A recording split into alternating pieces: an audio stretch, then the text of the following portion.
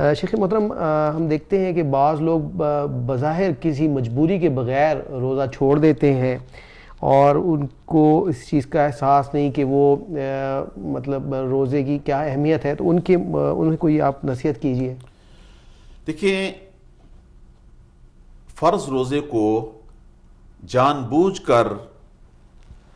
توڑ دینا یا سرے سے روزہ رکھنا ہی نہیں، بعض لوگ ہوتے ہیں بغیر کسی عذر کے وہ روزہ رکھتے ہی نہیں ہیں، اور بعض ہوتے ہیں کہ وہ اتنے روزے کو اہمیت نہیں دیتے کہ روزہ رکھنے کے بعد بھی وہ روزے کو چھوڑ دیتے ہیں یا توڑ دیتے ہیں۔ تو روزہ رکھ کر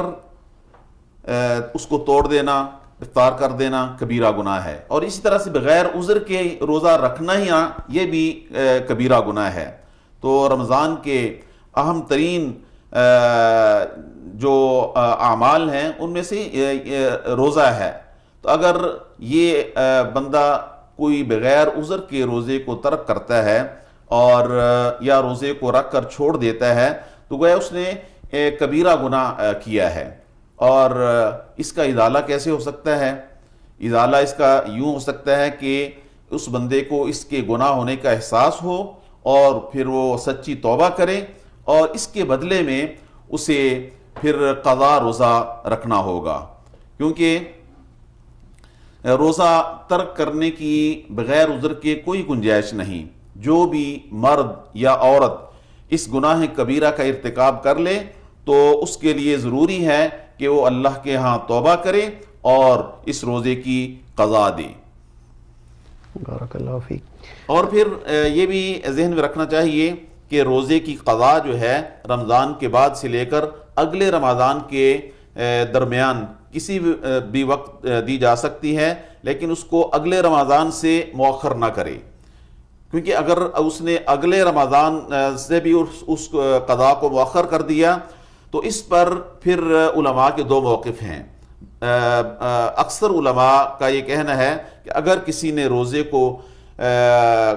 چھوڑ دیا، پھر اس کی رمضان کے بعد قضا بھی نہیں دی اور اگلا رمضان آ گیا، تو ایسی صورت میں پھر اس کو اگلے رمضان کے بعد اس کی قضا بھی دینا ہوگی اور فدیہ بھی دینا ہوگا۔ یہ ایک موقف ہے، اس میں ائمہ ثلاثہ اس کے قائل ہیں، لیکن امام ابو حنیفہ رحمہ اللہ اور امام بخاری رحمہ اللہ ان کا کہنا ہے کہ اس پر صرف قضا ہے، توبہ کرے لیٹ کرنے کے لیے اس نے یہ جو گناہ کیا ہے، اور اس پر صرف قضا ہے کہ اگلے رمضان کے بعد بھی وہ قضا دے گا لیکن اس کا فدیہ نہیں دے گا۔ شیخ، اگلا سوال یہ ہے کہ روزے کے فرض ہونے سے پہلے روزہ کس طرح رکھا جاتا تھا؟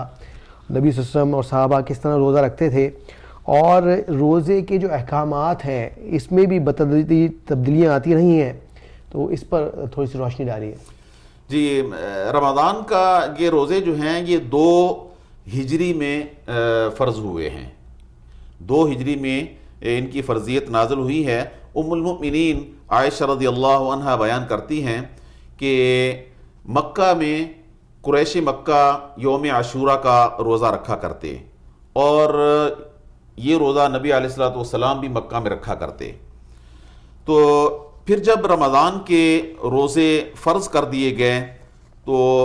عاشورہ کا روزہ جو ہے اس کو ترک کر دیا گیا۔ پھر اس کے بارے میں یہ حکم تھا کہ جو رکھنا چاہے وہ رکھ لے اور جو